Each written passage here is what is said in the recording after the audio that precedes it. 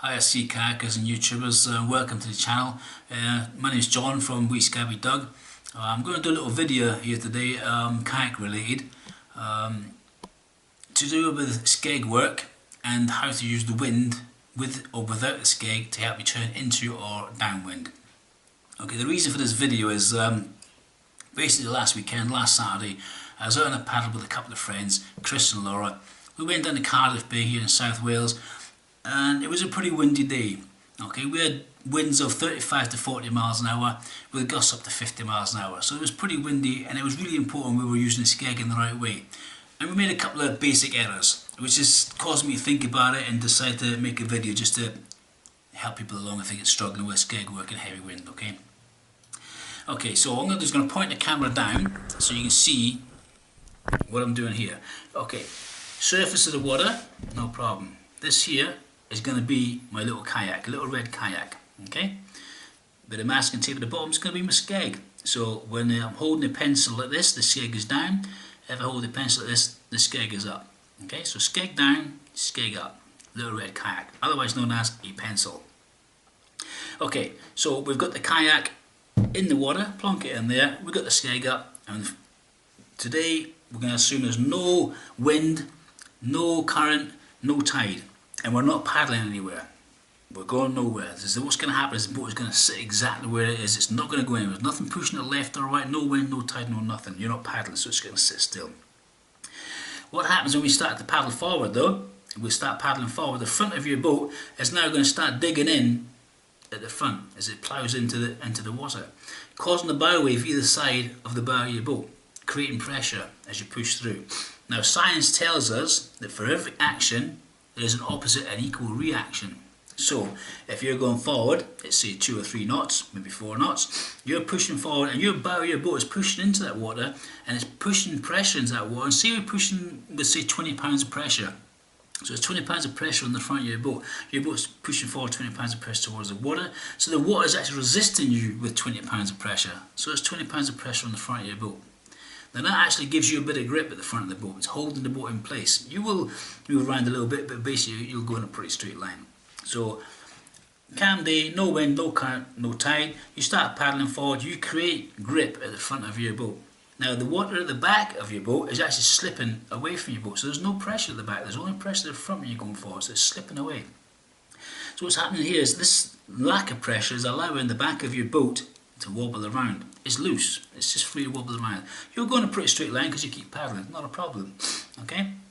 Where you get the problem is when we start introducing wind. Now there's your wind direction coming in from the right hand side. Now it could come from the left hand side, it could come from behind you, other side, it doesn't matter. We're going to talk about this side for now, okay? And it's coming from your right hand side.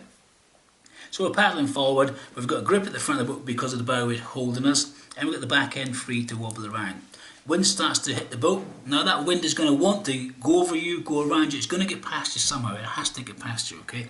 Now the wind is going to find the area of less resistance, and that's going to be the back of your boat here. So the wind's going to hit your boat and it's going to put pressure down the back end, which is going to start pushing your back end around, and you're going to start heading up into the wind until it eventually weathercocks you so you're facing straight into the wind. That's what should naturally happen to your boat. If you just paddle like normal, it should naturally turn up into the wind when there's no skeg down, okay? Because the back end's free to move. Now, there are some ways you can counter this. If you start feeling yourself being turned upwind and you don't want to go there, you can swoop stroke on the right hand side of the boat, keep yourself on course. Okay, that's one way of doing it. That can be a lot of work. Okay, there's another way. You can edge your boat to the right.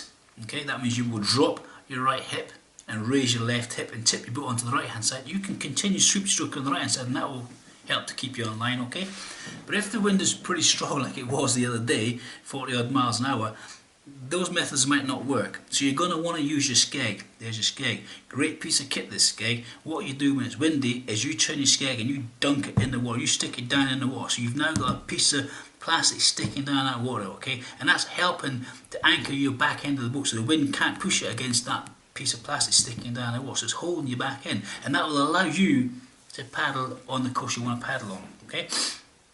It depends on how strong the wind is. You can have a skeg quarter down, half down, 3/4 down, depends on how much you want it. You'll find the balance that you want just to keep yourself on course. But that's the way you keep yourself in line, by using the skeg if the wind starts to play on you. Now, we'll go back a step.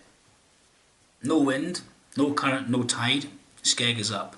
Okay, we're not going to paddle this time, we're going to sit still. Okay, this is what happens to your boat if the wind comes in from the side. We're not paddling, the wind's coming from the side, we've got no grip at the front, no grip at the back because we're not going forward.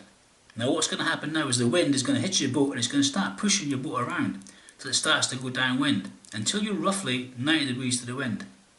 You'll have the wind coming this way, probably going to have some waves coming this way as well, helping to push the boat round.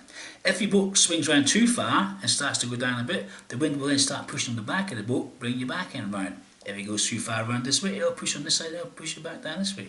So basically what's going to happen is you are going to wobble all the way downwind. You're going to keep on going downwind until you start paddling forward. And it's just going to keep on going downwind, okay?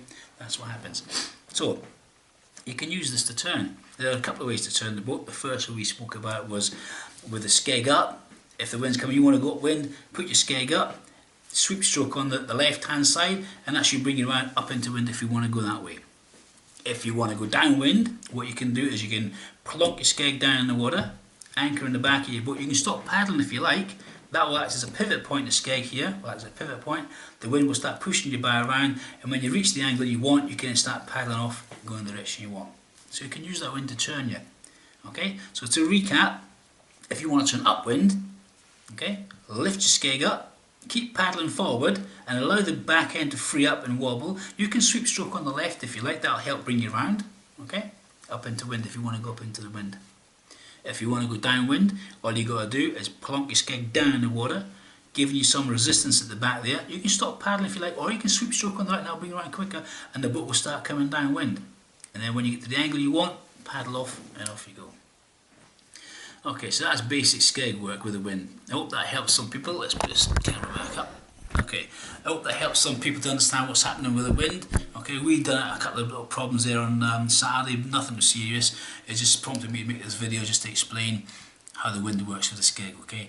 So, if I said anything wrong here, or you sea kayakers out there who are much better than I am, if I got anything wrong there, drop some comments in the box below and we can talk about it. If I've got it really wrong, let me know and I can take this video down, it's not a problem. I don't want to spread any misinformation on YouTube, especially when it comes to sea kayaking, okay? So I hope you enjoyed the video. If there's any comments, drop them below and I'll catch you next time. We Scabby Doug out. Thank you very much.